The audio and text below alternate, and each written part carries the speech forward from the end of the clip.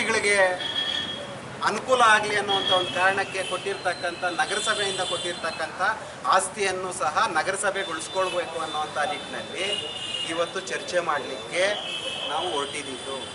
ಇವತ್ತು ಒಕ್ಕಲಿಗರ ವಿದ್ಯಾರ್ಥಿಗಳ ಇದನ್ನು ಹಾಸ್ಟೆಲನ್ನು ಖಾಸಗಿ ವ್ಯಕ್ತಿಗಳಿಗೆ ಈ ಖಾತೆಯನ್ನು ಮಾಡ್ಕೊಂಡಿದ್ದಾರೆ.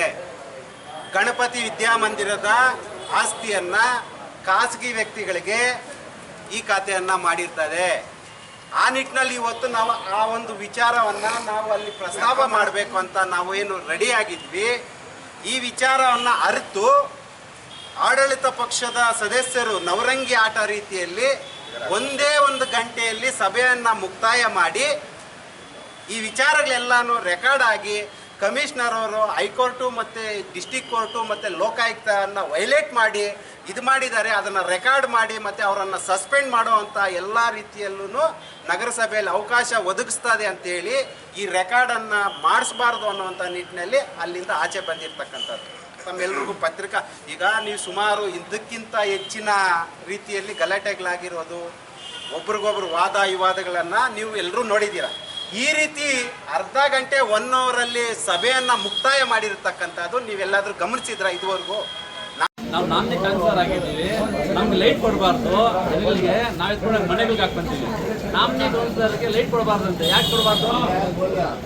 ವಾರ್ಡದಲ್ಲಿ 30 ವರ್ಷದಿಂದ ಅವರೇ ರಾಜಕಾರಣ ನಡೀತಾ ಇರೋದು. ಒಂದು ಸ್ಕೂಲ್ ರೆಡಿ ಮಾಡೋಕ್ಕೆ ಹೇಗಿತಾ ಇಲ್ಲ ಅವ್ರಿಗೆ. ಇಲ್ಲಿ ಬಂದು ಮಾತಾಡ್ತಾರೆ. ಅಲ್ಲಿರೋ ರೋಡ್ಗಳು ಸರಿಯಾಗಿ ನೋಡ್ತಾ ಇಲ್ಲ, ಮೋರಿಗಳು ಸರಿಯಾಗಿ ನೋಡ್ತಾ ಇಲ್ಲ. ಅಲ್ಲಿರೋ ಸ್ಕೂಲು 80 ಜನ ಇದ್ದಾರೆ ಚಿಕ್ಕ ಮಕ್ಕಳು, ರೂಮ್ಗಳು ಸರಿ ಇಲ್ಲ. ಅಲ್ಲಿ ಪಾಠ ಮಾಡೋಕ್ಕೆ ಒಂದು ಊಟ ತಿನ್ಸೋಕ್ಕೆ ರೂಮ್ ಸರಿ ಇಲ್ಲ. ಅಲ್ಲಿ ನೋಡೋಕ್ಕಿಲ್ಲ. ಇಲ್ಲಿ ಬಂದು ಸುಮ್ಮನೆ ಬೊಂಬಡಿ ಹೊಡಿತಾರೆ. ಬಟ್ ವಾರ್ಡ್ದು ಸಮಸ್ಯೆ ಬಗೆಹರಿಸಿ ಆಮೇಲೆ ಊರಿಗೆಲ್ಲ ಎತ್ಕೋಬೇಕು. ನಮಗೆ ನಾಮಿನಿ ಕೌನ್ಸಿಲರ್ಗೆ ಲೈಟ್ 5 ಕೊಟ್ಟರೆ ಇವ್ರಿಗೇನು ಕಷ್ಟ? ನಾವೇನೋ ಎತ್ಕೊಂಡು ಮನೆಗೆ ಹಾಕ್ತೀವ, ಇಲ್ಲ ನಮ್ಮ ಲೈಟ್ ಮನೆ ಹತ್ರ ಇಲ್ಲ ನಮ್ಗೆ ಬೇಕಾಗಿರೋದು ಆಗ್ತಾನೆ. ಅವರು ಎತ್ಕೊಂಡು ಹೋಗಿ ಅವ್ರ ವಾರ್ಡಲ್ಲಿ 5 ಲೈಟ್ ಕೂಡ ಅವ್ರ ವಾರ್ಡಲ್ಲಿ ಹಾಕಿರೋದು. ಯಾವುದು 18 ವಾರ್ಡ್ ಐತಲ್ಲ, ಅದೇ ವಾರ್ಡಲ್ಲಿ 5 ಲೈಟ್ ಎತ್ಕೊಂಡು ಹೋಗಿ ಅದೇ ವಾರ್ಡ್ಗೆ ಹಾಕಿದ್ದೀನಿ. ನನ್ನ ಮನೆ ಹತ್ರ ಎಲ್ಲೂ ಹಾಕಿಲ್ಲ. ನಮ್ಮ ಮನೆಗಳು ಇದ್ದಾವೆ ಅಲ್ಲಿ, ಆದರೆ ನಾವು ಹಾಕ್ಕೊಂಡಿಲ್ಲ. ಯಾಕಂದರೆ ಜನಗಳು ಸೇವೆ ಮಾಡೋಕ್ಕೆ ಬಂದಿರೋದು, ನಮ್ಗೆ ಅವಕಾಶ ಕೊಟ್ಟಿರೋದು. ನಾವು ಕಾಂಗ್ರೆಸ್ಸಲ್ಲಿ ಬಂದಿದ್ದೀವಿ, ಕಾಂಗ್ರೆಸ್ಸಲ್ಲಿ ಇರ್ತೀವಿ, ಮುಂದೆನೂ ಕಾಂಗ್ರೆಸ್ಸಲ್ಲಿ ಇರ್ತೀವಿ. ಈ ಮಾತು ಇಲ್ಲಿ ಬಂದರು, ಇಲ್ಲಿ ಬಂದ ಮೇಲೆ ಗೌರವ ಕೊಡಬೇಕು, ಅಧ್ಯಕ್ಷರಿಗೆ ಗೌರವ ಕೊಡಬೇಕು, ಮೀಟಿಂಗ್ ನಡೆಯೋಕ್ಕೆ ಬೇರೆಯವ್ರಿಗೆ ಮಾತಾಡೋಕ್ಕೆ ಅವಕಾಶ ಮಾಡಿಕೊಡ್ಬೇಕು. ದಯವಿಟ್ಟು ನಿಮ್ಮ 30-40 ವರ್ಷದಿಂದ ಒಂದು ಸಂಸದಾಗಿ ಒಂದು ಜನಗಳಲ್ಲಿ ಇದ್ದು ಬೇರೆಯವ್ರು ಮಾತಾಡೋಕ್ಕೆ ಅವಕಾಶ ಕೊಡೋಲ್ಲ. ಕೊಡಬೇಕು. ಒಬ್ಬರೇ ಅಲ್ಲ ರೆಡಿ ಮಾಡಬೇಕು, ಬೇರೆಯವ್ರಿಗೂ ರೆಡಿ ಮಾಡಬೇಕು. ಏರಿಯಾದಲ್ಲಿ ಒಬ್ಬರು ರೆಡಿ ಮಾಡಿಲ್ಲ ಅವರು. ಯಾಕಂದರೆ ಜಬ್ಬಾರ್ ಸಾಬ್ ಖಾನ್ ಬಿಟ್ಟರೆ ಬೇರೆ ಕಾಲ ಯಾರು ಬಿಡಿಬಾರ್ದಲ್ಲಿ 40-60 ವರ್ಷದಿಂದ ಅವ್ರ ಕಾಂದಾನೆ ಇದೆ. ಬೇರೆಯವ್ರಿಗೆ ಯಾವಾಗ ಒಬ್ಬರು ರೆಡಿ ಮಾಡಿದ್ದಾರೆ ಕೇಳಿ ಅವ್ರಿಗೆ ಮಾಡಲ್ಲ ಅವರು. ಯಾಕಂದರೆ ನಾವು ಬೇರೆಯವ್ರು ಬೆಳೆದ್ಬಿಟ್ರೆ ಅವ್ರಿಗೆ ಕಷ್ಟ ಆಗ್ತದೆ ಅಂತ ಯಾರು ಮಾಡೋಕ್ಕೆ ಬರ್ತಾ ಇಲ್ಲ. ಅಧ್ಯಕ್ಷರು 3ನೇ ವಾರ್ಡು ಜೋರ ಮಾತಾಡ್ತಾ ಇದ್ರು.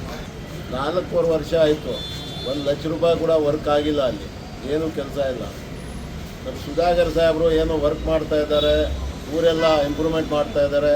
ಅದಕ್ಕೋಸ್ಕರ ಅವೆಲ್ಲ ನೋಡಿಕೊಂಡು ನಾವು ಅದು ಕಡೆ ಹೋಗಿದ್ದೀವಿ. ನಮಗೆ 72 ಲಕ್ಷ ರೂಪಾಯಿ ನನಗೆ ವರ್ಕ್ ಕೊಟ್ಟವ್ರೆ. ನನ್ನ ವಾರ್ಡಲ್ಲಿ ನಾನು ಕೆಲಸ ಮಾಡ್ತಾಯಿದ್ದೀನಿ, ರೋಡ್ ಮಾಡ್ತಾಯಿದ್ದೀನಿ. ನಮ್ಮದು ಮರ್ಯಾದೆ ಉಳಿತದೆ, ಅವ್ರದ್ದು ಮರ್ಯಾದೆ ಉಳಿತದೆ.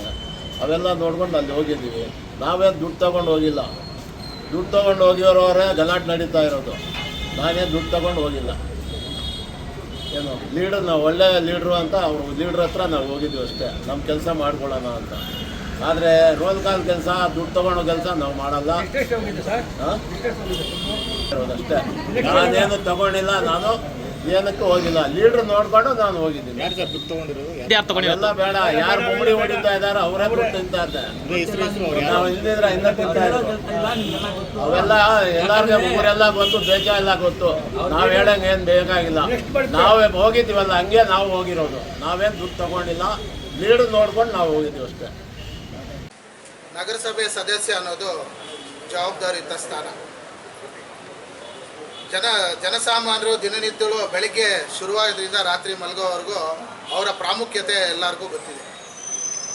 ಈ ಸಾಮಾನ್ಯ ಸಭೆ ಅನ್ನೋದು ಎಷ್ಟು ಮುಖ್ಯ ಅಂದರೆ ಒಬ್ಬ ಸದಸ್ಯನಿಗೆ ನಿಮಗೆಲ್ಲ ಗೊತ್ತಿರೋವಂಥ ವಿಚಾರನೇ. ಪ್ರತಿಯೊಂದು ವಿಚಾರನೂ ಅಲ್ಲೊಂದು ನಮ್ಗೆ ವೇದಿಕೆ, ಚರ್ಚೆ ಆಗಬೇಕಾದ್ರೆ ಅದೊಂದು ವೇದಿಕೆ ನಮಗೆ. ಆ ವೇದಿಕೆಯಲ್ಲಿ ಯಾವ ರೀತಿ ನಾವು ವರ್ತನೆ ಮಾಡಬೇಕನ್ನೋದನ್ನು ಸಂವಿಧಾನದ ಅಡಿಯಲ್ಲಿ ಎಲ್ಲ ಮೆನ್ಷನ್ ಆಗಿದೆ. ಈಗ ನಾವು ಹೇಳೋದೊಂದು ಮಾಡೋದೊಂದು ಆಗ್ತಾಯಿದೆ.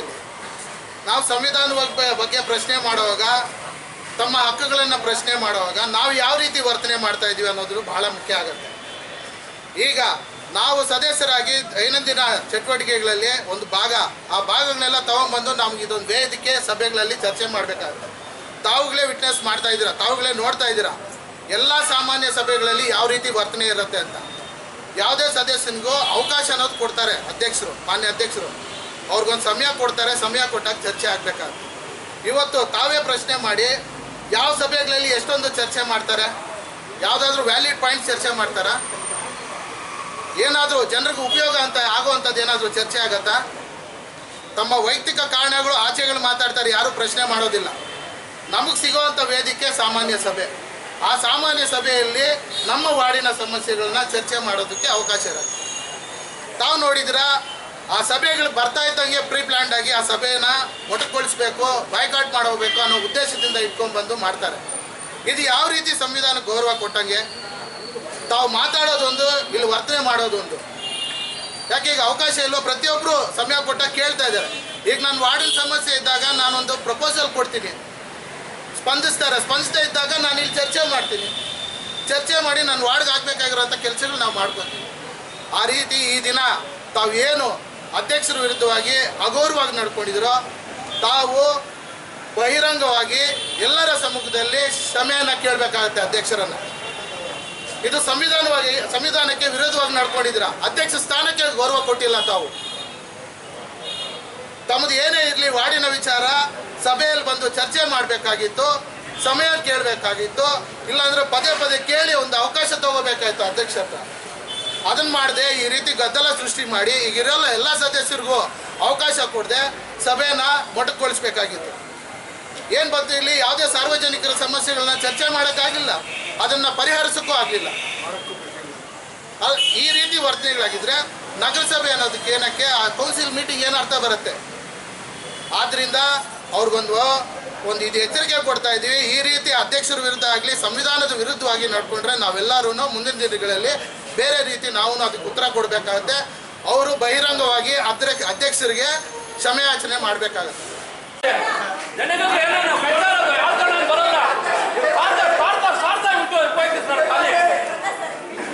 ಆಯ್ತಾರೆ 1ನೇ ತಾರೀಕು ಸಭೆ ಕರೀತೀರಾ? ಮತ್ತೆ ನಿಮ್ದೇ ಬಂಡವಾಳ ನೆಕ್ಸ್ಟಿಗೆ ಈಗ ನಿಮ್ಗೇನೋ ಸನ್ಮಾನ ಮಾಡಿದಾರಲ್ಲ, ಅಲ್ಲಿ ನಿಮ್ ಸನ್ಮಾನ ಹೆಸರೇ ಇಲ್ಲ.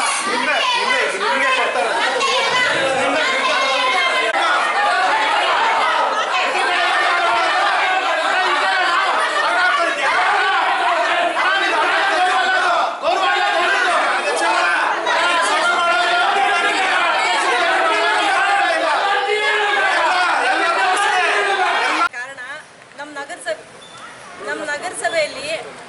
ನಮ್ಮ ನಗರಸಭೆಯಲ್ಲಿ ಅವ್ರಿಗೂ ಸಹ ಮಾತಾಡೋಕ್ಕೆ ಅವಕಾಶ ಕೊಟ್ಟಿಲ್ಲ. ಯಾಕಂದರೆ ಅವರು ಈ ಖಾತೆಗಳಿದ್ದು ಅದು ಇದು ಮಾತಾಡ್ತಾರೆ. ಈ ಖಾತೆಗಳಿಗೆಲ್ಲ ನೀವು ನೋಡಿದ ಹಾಗೆ ಲಕ್ಷಗಟ್ಟಲೆ ತಗೊಳ್ತಾ ಇದ್ದಾರೆ. ಅದೆಲ್ಲ ಲಕ್ಷಗಟ್ಟಲೆ ತಗೊಂಡು ಕಮಿಷನರು ಅದು ಮೂಟೆಗಳು ಕಟ್ಟಿ ಕಳಿಸ್ತಾ ಇದ್ದಾರೆ. ಯಾರ ಮನೆಗೆ ಕಳಿಸ್ತಾ ಇದ್ದಾರೋ ಅದೆಲ್ಲರಿಗೂ ಗೊತ್ತು. ಆ ಥರ ಎಲ್ಲ ನಮ್ಮ ಚಿಂತಾಮಣಿಯಲ್ಲಿ ನಡೀತಾ ಇದೆ. ಅದಕ್ಕೋಸ್ಕರ ಅವ್ರ ಬಾಯಿ ಮುಚ್ಚಕ್ಕೋಸ್ಕರನೂ ಅವರೆಲ್ಲ ಆಟ ಕಲ್ತ್ಕೊಂಡ್ಬಂದು ಎಲ್ಲರ ಮುಂದೆನೂ ಆಟ ಆಡಿ ಎಲ್ಲ ಆಚೆ ಬಂದಿದ್ದವರು.